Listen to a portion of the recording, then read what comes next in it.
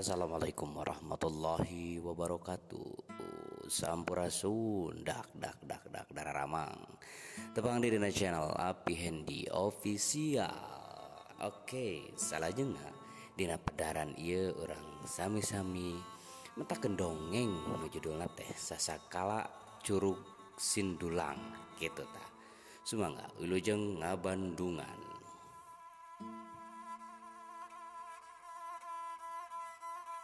Sasakala Curug Sindulang. Desa Sindulang teh geus aya ti baheula keneh. Di zaman prasejarah atawa animisme jeung dinamisme. Atuh pacabakan karuhuna teh kana tani.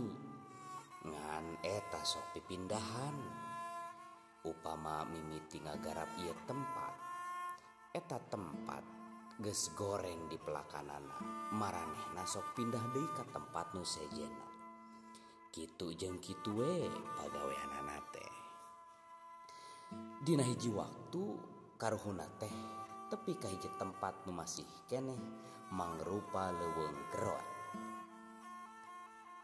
Tapi hade lamun dipake tatanen jeung padumukan. Atuhnya akhirna mang tahun-tahun tetep tumetep. Ngan aya sababaraha urang nu pindah ninggalkeun eta tempat. Atuh anu cicing teh ngan sababaraha umpi deui. Ngan janji cenah rek nuturkeun pindah upama hasil tanina geus kaala. Harita nu jadi ketua kelompok istri wastana teh Nyimas Jambelarang. Ari carogena Mbah Sara Arya Tunggal. Tah waktu harita Mbah Sara arang langka aya di tempat sok ngider bae. Sakalieun balik ge sok ngajirim sasatoan. Atuh da bubuhan manehna mah bisa mancala putra mancala putri. Anjeuna boga budak hiji ngan can nyahoeun di rupa bapana. Daku indungna bapana teh dirusiahkeun pisan ulah waka nyaho bapa. Hiji waktu anakna teh geus nincak dewasa. Barang ningali aya si tumang ngagabrugan ka indungna, si anak teu anta parah deui manehna mesat pedang tuluy disabetkeun ka si tumang. Antukna si tumang teh pinanggih jeung ajal. Tapi geus ajal mah si tumang teh dadak sakala leungit sapada harita. Ngan Nyi Jambelarang keukeuh teu daek ngadongengkeun eta kajadian kanu jadi anakna. Nyi Jambelarang ngarasa sedih ku ayan eta kajadian. Waktu bulan purnama manehna niis di buruan. Eta dadak sakala aya nu murag ti langit. Persis kana lahunan Nyi Mas Jambelarang. Bari kaget tu reuwas barang nu murag teh dicokot. Tuluy dialak, diilikan. Ari kumanehna dibuka mana horeng nu murag teh hiji cinde atanapi sapu tangan salempai kitu tah. Nyi Jambelarang ngahuleng bari nyebut-nyebut cinde tuluy manehna neuteup bulan nu keur caang moncorong sarta teu poho oge nyebut-nyebut wulan atanapi bulan. Lamun dihijikeun mah ucapanana teh jadi cinde wulan. Eta kekecapan teh diucapkeun sababaraha kali. Nya nu akhirna eta tempat teh dingaranan Cinde Wulan.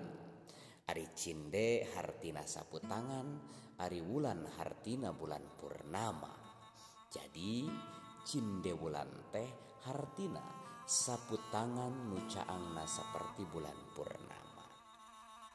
Tah sanggeus Nyimas Jambelarang merengaran eta tempat, manehna inget kana janji yen rek nuturkeun rombongan nu ti heula geus indin. manehna terus indin ngan leungiteun tapak kulantaran terus-terusan diteteangan nya akhirna mah papanggih oge jeung rombongan teh ngan eta rombongan teh rek baralik deui ke tempat asa waktu nyimas jambe larang ninggalkeun eta tempat satepina ka eta tempat nu harita mah padumukna geus loba pisan sarta merlukeun hiji pamimpin nya akhirna ngangkat hiji lurah kulurah anyar eta tempat teh diganti ngaranna lain Cindewulan tapi Cindulang nu hartina mah sarua keneh saputangan nu caang moncorong saperti bulan purnama ngan sabada aya penjajahan Walanda jeung Jepang eta tempat teh robah ngaranna jadi Sindulang. Ieu dicanak tina sababaraha sumber dina internet oge ieu dicandakeun tina https://rupasundapura.blogspot.com 2016-04 sasakala curug Sindulang HTML kitu tah rupina kitu sasakala perkawis curug Sindulang atapi Cindulang tepang deui na padaran-padaran nu sanesna sakali deui ulah hilap like comment sinarang subscribe channel Happy Handy Official cag